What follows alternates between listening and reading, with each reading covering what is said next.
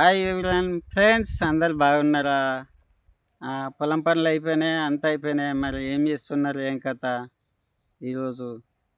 చెప్పాలా, మరి చెప్తే బాగుంటాయనేసి నా ఉద్దేశం. ముఖ్యంగా ఏంటంటే అబ్బాయ్య ఇప్పుడు రిలీఫ్ అయింది. ఎందుకంటే చెప్పన్నా, రిలీఫ్ అంటే ఈ గొడవ ఏంటంటే ఈ ఫోన్ గొడవనే. అంత ఫోన్ తోటే నాకు, నీకే కాదు నాకే కాదు, ప్రతి ఒక్కళ్ళ ప్రపంచంలో ఈ ఫోన్ గొడవనే కొడతా ఎరైంది. పిల్లలు ఏడిచినా వాళ్ళు పైసలు కాంతలేరు. కోమటి దుకాణంలో పైసలు కాంతురు కానీ ఎక్కడైనా కానీ వాళ్ళు పైసలు తీసుకుంటలేరు. పిల్లలకు బిస్కెట్లు కొనిచ్చినా కానీ బిస్కెట్లు తీసుకుంటలేరు.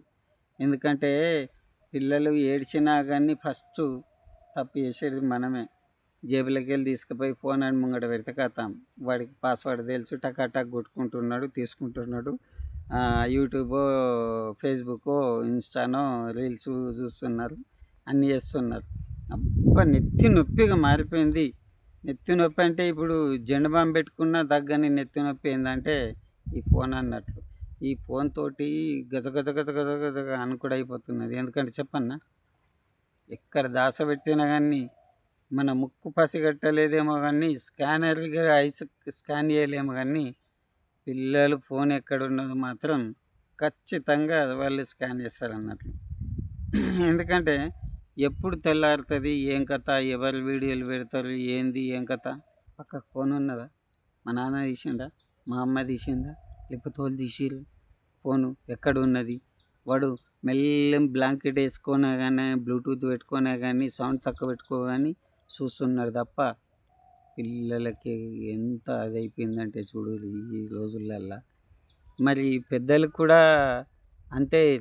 సగటున ఈ ప్రపంచంలో 80% మంది సోషల్ నెట్వర్క్లనే బిజీ ఉన్నారు.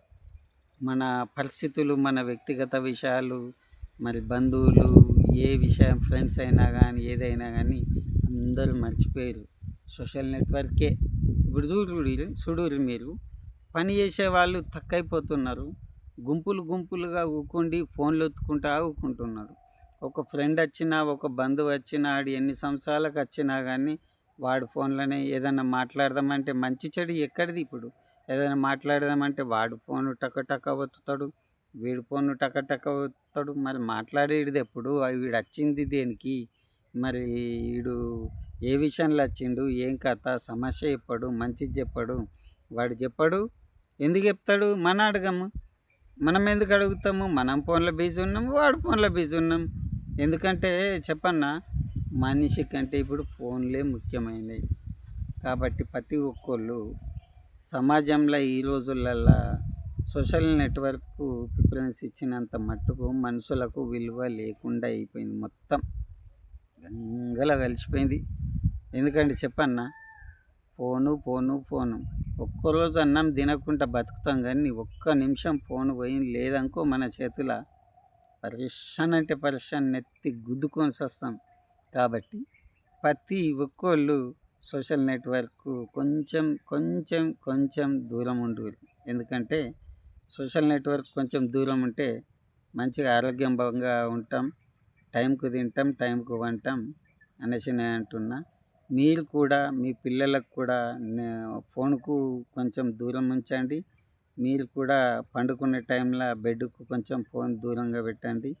ఏ విషయమైనా కానీ మరి ప్రతి ఒక్కటి సోషల్ నెట్వర్క్లో మంచి ఉన్నాయి, చెడు ఉన్నాయి.